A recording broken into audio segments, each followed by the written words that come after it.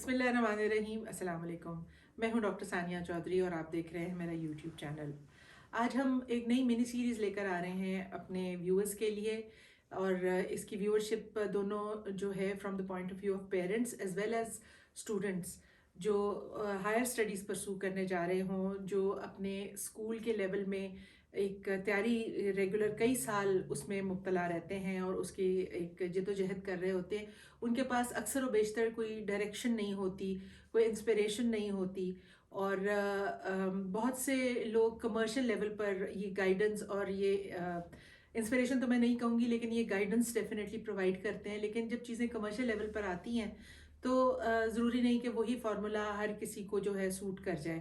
لیکن اس میں سب سے زیادہ ضروری چیز جو ہے وہ ان لوگوں سے سیکھنا ہے, ان بچوں سے سیکھنا ہے, ان اسٹوڈنٹس سے سیکھنا ہے جو اس راستے سے چل کر آگے گئے ہوں اور انہوں نے اس کے اوپر ایک کامیابی جو ہے, ایک سکسیس اچیو کی ہو.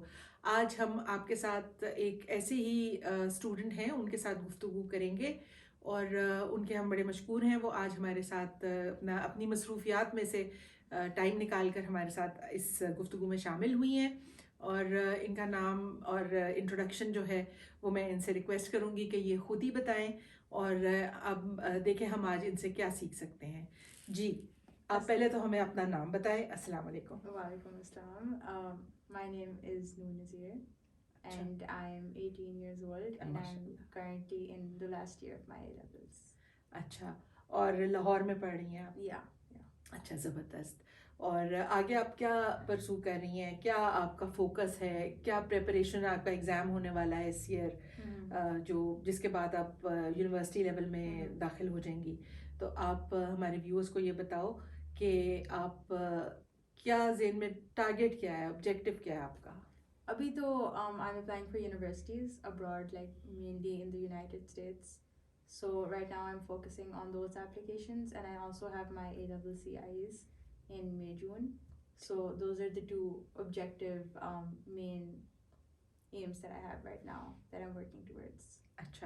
اچھا, ویورز کو ہم یہ بتاتے چلیں کہ بیکاز ہمارا یہ جو سبجیکٹ ہے, because it's of a nature of you can say an academic area, تو some part of the conversation جو ہے, انٹرویو کا کچھ حصہ جو ہے وہ انگلش میں اور کچھ اردو میں ہوگا. میری کوشش ہوگی کہ میکسیمم ہم اردو کو فالو کریں, اور انٹرویو جو ہمارے ہیں ان سے ریکویسٹ ہوگی کہ وہ جہاں تک ہمیں اردو میں کور کر سکیں کریں. ویسے ان کی اپنی چوائس ہے کہ وہ کیسے ہمیں بہتر کوئی گائیڈنس دے سکتی ہیں. جی نور. ہاں جی. اچھا, مجھے یہ بتائیں آپ کہ آپ کا یہ جو باہر جو یونیورسٹی لیول کا ایک آبجیکٹیو آپ کا ہے کہ آپ نے وہاں ایڈمیشن کے لیے اپلائی کرنا ہے, اس کے لیے آپ نے کب, کتنے سال پہلے پریپریشن شروع کی؟ کوئی آپ کے ذہن میں کوئی ایک اسپیسیفک ایریا ہے جس میں آپ جانا چاہ رہی ہیں, کوئی ایک اسپیسیفک فیلڈ آف اسٹڈی ہے یا فیلڈ آف پروفیشن ہے جس میں آپ جانا چاہ رہی ہیں؟ اور یہ آپ کچھ تھوڑا سا ہمیں اپنے اس کے بارے میں بتائیں. اوکے, تو آئی تھنک لائک یونیورسٹی کے لیے میں نے تو اٹ اسٹارٹیڈ بالکل شروع سے ہی, because I was always surrounded by this environment کہ یونیورسٹی کے لیے کام کرنا ہے. And if not that then you should, whatever you're ambitious about, just work towards it and then university will follow. So I always followed this motto ever since like grade 8 or grade 9. Whenever I found interest in, I would do it. Like for example, I did debates and I really liked public speaking. So when I started debates, my objective wasn't कि मैंने debates university के लिए करनी है. My objective was that I really like public speaking, so I'll go towards this extracurricular activity, and then if this is beneficial for university, then so be it. So I think this is how like my track has always been towards university. And then obviously when you hit A-levels, then you need to start aligning all your activities and all of your interests so that they are something that the university would want, because you have to do some things in order to guarantee an acceptance, which I hope I will get. Hopefully, inshallah. But in regards to what I want to study in university, so right now, can I just stop you there for a minute? Yeah. Abhi, you said that you like public speaking and debates. So you took that and then you sort of added bits and pieces to make a full picture which could be useful for your admission. ٹھیک ہے. अब मुझे इसमें थोड़ा सा ये guide करें कि मोस्ट ऑफ द टाइम जैसे I don't like public speaking, Yeah. मतलब I always had that stage fright, I still have it, मतलब my heart starts going like this. Yeah.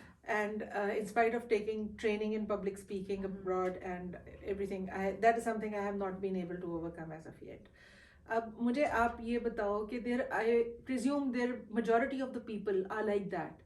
तो क्या अगर कोई ऐसा स्टूडेंट पब्लिक स्पीकिंग लेना चाहता है जो इसको एज एन अचीवमेंट कंसिडर करता हो कि would be of value, but उसकी इतनी उसके अंदर एक्सेलेंस या उसका एप्टीट्यूड नहीं है, तो do you think something like public speaking or debates, because it's a basic thing as of today, Yeah, वो yeah, क्या yeah. करे बेचारा? So I think, so this is like, I think this is a misconception that we have in Pakistan, that in order to get into university you need to do debates or you need to do certain activities, and if you do those activities, that is the only way you can ever get into a university abroad. I think the entire point of a university, I mean, if you go to a university and there are 2,500 students there, 2,500 students aren't doing debates. The reason why they're probably there in the first place is because, let's say they have an interest in mental health or they have an interest in research. That has nothing to do with public speaking. If you like research regarding the political systems of Pakistan, then you can go ahead, you can conduct surveys, you can write a research paper regarding that. That in and of itself will have so much value that even if you can't public speak, or you think you aren't like, if you think that isn't something for you, you're not at a significant disadvantage for university. The entire purpose is just do what you want, do what you like. So we have one thing clear, we have other options in public speaking. Absolutely, yeah. The second thing, if still somebody would want to take up public speaking, do you think it is a quality that can be acquired, Absolutely, that can be learned? Yeah. So because this would help a lot of people listening to the interview, that it is something they can work on and they can be successful at it. Yeah, so for sure, I think even like specifically for parliamentary debates and like Model UN, it definitely takes a lot of time. I think the speaker I was in grade 8 is very different from the speaker I am today. Like if I was in grade 8, I probably wouldn't speak in coherent sentences or wouldn't be able to make like logical links at that time. But over time, when you show consistency and if you take classes like 3 sessions per week for like months and years on end, then if you put your mind and if you set your mind to something, I think that there's no way you won't be able to achieve it. Okay. So yeah. Okay, tell me something. How do you distribute your day or your time, your week towards your studies and your extracurricular activities? So I think it's very different in the sense that in A2 I had to drop a lot of things because I had to prioritize my college applications over everything. So how my day looked like in A1 is very different from how it looks like right now. So in A1 it would probably look like going to debate camp for like 4 hours, because I would have 4 hour debate camps for like 3-4 times a week. So it was like really hectic. I used to do that, and then if I was involved in something else, so for example I worked for Hello Pakistan for a bit, so I would write articles for them, so I would give that 2-3 hours, and obviously above all of that I had school till 4 o'clock. So it was all after 4 o'clock. But one thing that I made sure to prioritize during those days was my health, and that I actually am enjoying what I'm doing, because I feel like if you lack that and if you don't prioritize that, then eventually you give up, because why would you work for something for like 14 or 15 hours a day if you're not passionate about it? So I think how you divide your day is very subjective to you. So for me it also like varies a lot. How I lived my day today is very different from how I lived my day tomorrow, because it's very contingent on how I'm feeling at that time. So okay, you mentioned about passion there. Yeah. I think passion is very complementary to inspiration as well. Yeah. So what has been the inspiration behind all this? Behind all your hard work, your achievement. We'll come to your achievements later, and we would like you to tell us something about all that you've achieved so far. Okay. So I think regarding inspiration, there were definitely a lot of things. I think I was a very, not necessarily shy, but a very reckless kid when I was young, and I didn't really care about pढ़ाई and all of that stuff at that time. But I think you've always been a good academic achiever. Yeah, so like, yeah, I would say so, that I was, because it was like something that was in my family, that you have to study, and like there's just no question to it. You have to work hard and you have to do all of these things. So that was always there. But I think passion came from like because of my sister, hugely. She was achieving a lot of things, and she Elder was sister. elder sister, yeah. She's 4 years older than me. And she was very passionate about what she was doing. And a part of me could see that when she liked something, she not only showed it to herself, but she showed it to the world. And this is something that I learned from, that if I am to live my life, then I should do it justice by being the most productive I can. And if I'm interested in something, then being lazy or just not feeling like doing it, I don't think that is an excuse. Even though sometimes it works, like sometimes you're like, okay, I don't want to do it, and I think that's fine. But the inspiration has always been this mindset that I was definitely surrounded by, and my family and friends encouraged it a lot. It was that if you're living your life, then it's better that when, for example, I look back in grade 10, I'm like, okay, I did this at grade 10. And I think that is an achievement in and of itself, that you are able to say that you did not waste your time. But other than that, and I think this is a really important factor, is generally like my family and how stuff in my family operates. So because of a lot of struggles that I saw in my brother and what he went through, and he went through a lot of struggles like in university and stuff, and because of that I learned that at the end of the day it is me and my sister and him who have to work for this family and who have to support my mother. And because of that inspiration and because of that constant drive, that it is you have to take care of yourself at the end of the day. And in order to do that, you cannot waste a moment of your life. So I think because of a lot of factors, how I grew up, the mindset I grew up with, because of all of those things, I was always very ambitious that I need to do something in my life. That's very inspiring for me, and doesn't look at all that I'm interviewing somebody who's just reached adulthood only a few weeks ago. Yeah, like 2 months ago, yeah. Okay, so you had to change schools at some stage very recently, I think. Yeah. Couple of years or 3 years, I think. Yeah, it was 3 years ago. 3 years ago. And how did you manage that transition phase?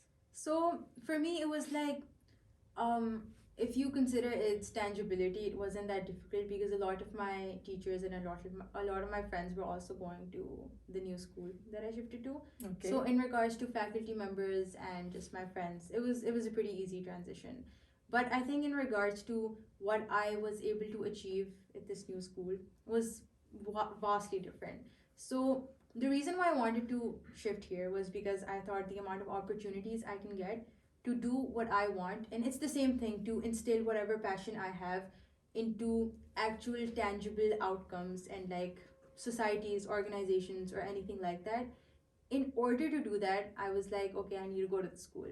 And when I did, there were a lot of people who trusted me there. And because I sort of grew up with them in my previous school, they were like, okay, ये जो करेगी मतलब कर ही लेगी तो हम देख लेंगे जो उसने करना है. And I presume there was more space. Yeah, there was definitely more space, opportunity there to do things afresh. Absolutely. It was just like ये कर लेगी, ये देख लेगी जिसने करना है तो उसको करने दो. And because of that mindset and because of that friendly environment that I had, I was able to accomplish much more in this school than I could have possibly ever accomplished in my previous school.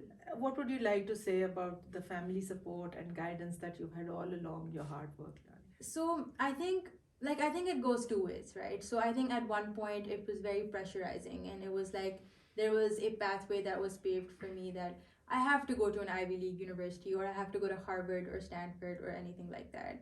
And I found it slightly difficult because I lost my own way towards it. Like, there are so many universities that we have over here that many people haven't heard about, like Vassar, Mount Holyoke, universities like this, who they're like splendid, they're amazing. They're absolutely amazing universities to attend for whatever major you want to go towards. How do you define amazing? Amazing. Okay, so for example, if right now I'm applying as a psychology and political science major, so the programs that I want to do, what university is amazing for that? So, for example, I'm really interested in research. So maybe Harvard isn't the best university for research, and maybe Duke is the best university for research. So I think in regards to that, it when family support came, it was very like okay, you have to do this and you have to do this. But I think along the way, my family and we all like learned together that at the end of the day, what opportunities and what university and what you want to do with your life is very subjective to you, and you need to make that pathway for yourself. So that was like sort of the negative side of it, where I was a little pressurized and I was like, okay, mujhe nahi pata maine kya karna hai. But the other side of it was that they were definitely very supportive, and they were very like, if I was coming from debate tournaments at 12 a.m. at night, they didn't have a problem because they trusted me and they knew what I was doing was like for my own good and for my future. And even in regards to university applications, I'm at the counseling firm that I go to till like 11, 12 at night. And my family is very supportive about that. And I know for a fact, whatever university I decide to attend, they will trust me what decision I have made, and then they will go with that. So I think my family is very trusting of me. And because of that, I was able to do so many things that I don't think I would have done otherwise. I think if you define the support word Yeah, that the family gives you, I think it also means they need to give you a lot of space. definitely. Yeah, Besides the logistical support, they need to give you a lot of space to make your choices, to move around, to be vocal and take your decisions. So it's a good learning experience I'm having while talking to you. You know, it's refreshing a lot of memories of my own childhood and school life. I have an example for that though, like a space. Like it's very particular because I don't think this is something you can find in Pakistan, or not a lot of families do it, and I think I'm very grateful for them. So a couple of months ago, I went to the mountains to trek. We went to Raka Poshi Okay. and we climbed the entire mountain. It was like, I think it's the seventh largest mountain in. So you have that to your record as well. Yeah, so we went for 10 days. We slept in tents for 10 days, and it was an insane experience. It was a new experience for Yes, me. I can imagine many families here would not Yeah, allow their absolutely. young girls or even boys for that matter. Yeah. Okay. So I learned a lot in that trip, and I think it definitely added to my CV. But more than that, I got to explore the world more, and I got to explore Pakistan more and the cultures we have. And I feel like without my family's support, I couldn't have done that. Certainly. Okay, tell me something about your extracurricular achievements. So I think the extracurricular achievement I'm most proud of, because of what it has accomplished and what I hope it will accomplish in the future, is the Safe Space Society that I founded in my school. Safe Space Society. Yeah. And what is a safe space? So essentially, it's one of the first mental health societies Okay.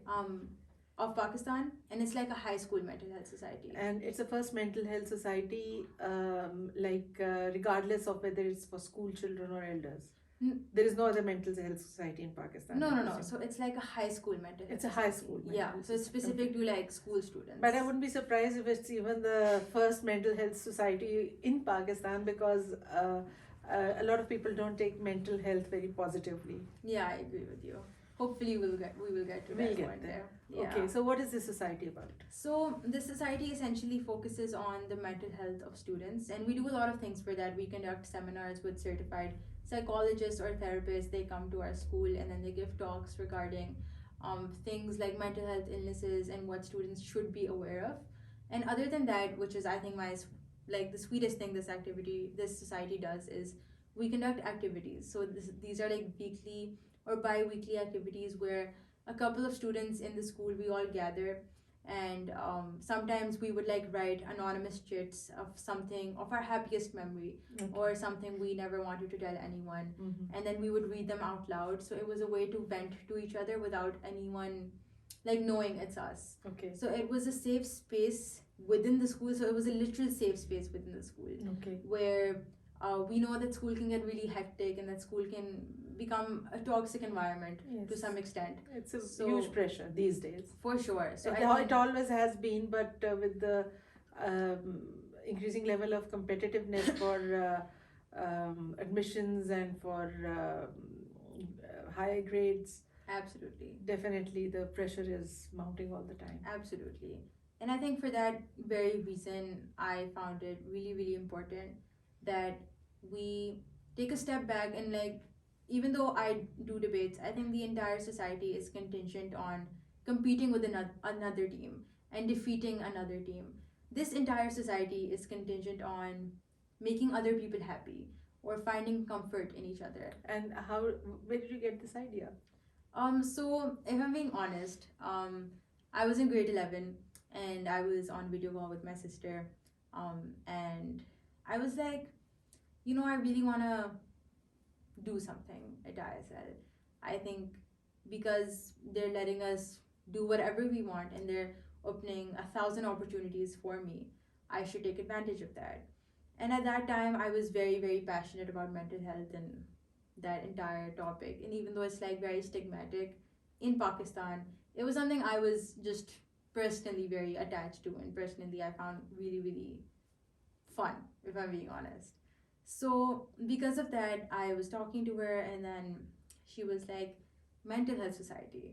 And when she said that, then I was like, "Okay, let's do it." And I drafted a proposal that night, and I showed it to my administration the next day, and that was the creation of the Safe Space Society. That's Yeah. great. And you have some other achievements to your credit also.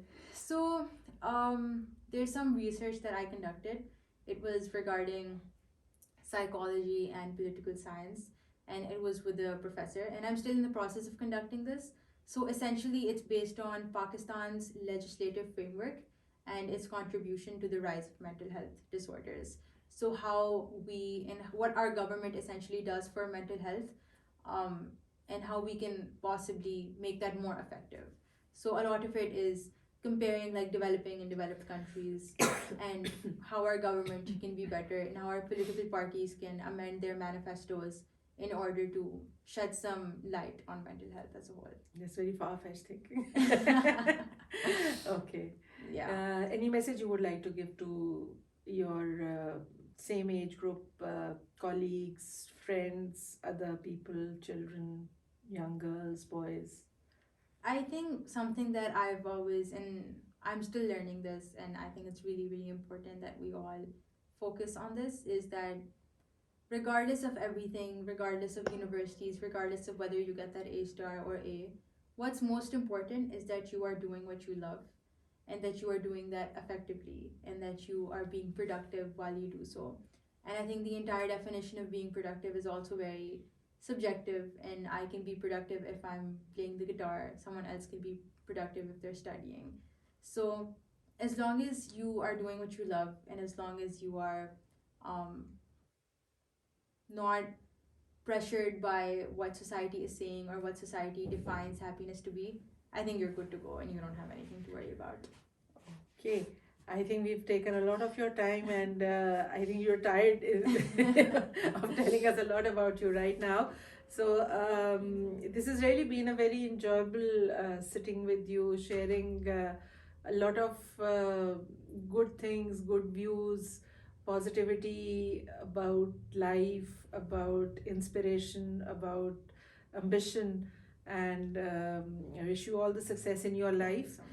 And there's a lot that I'll be taking home from this interview today, like some phrases of yours, like "Don't waste a moment of life," and "Put your mind to it, and you can do it." So clarity of thought and being focused. So this has really been a very interesting interview with Noor, and wish her all the best. And I hope that this interview will be of benefit and advantage to a lot of parents, students, families who are in the process of developing children, especially during their school years, looking forward to university admissions and working around that. So, thank you very much again, Thank you so Noor, much. and hopefully, we'll see you again sometime in a few years' time when you have more achievements to your credit. Thank you very much. Thank you so much. Allah Hafiz, till the next interview.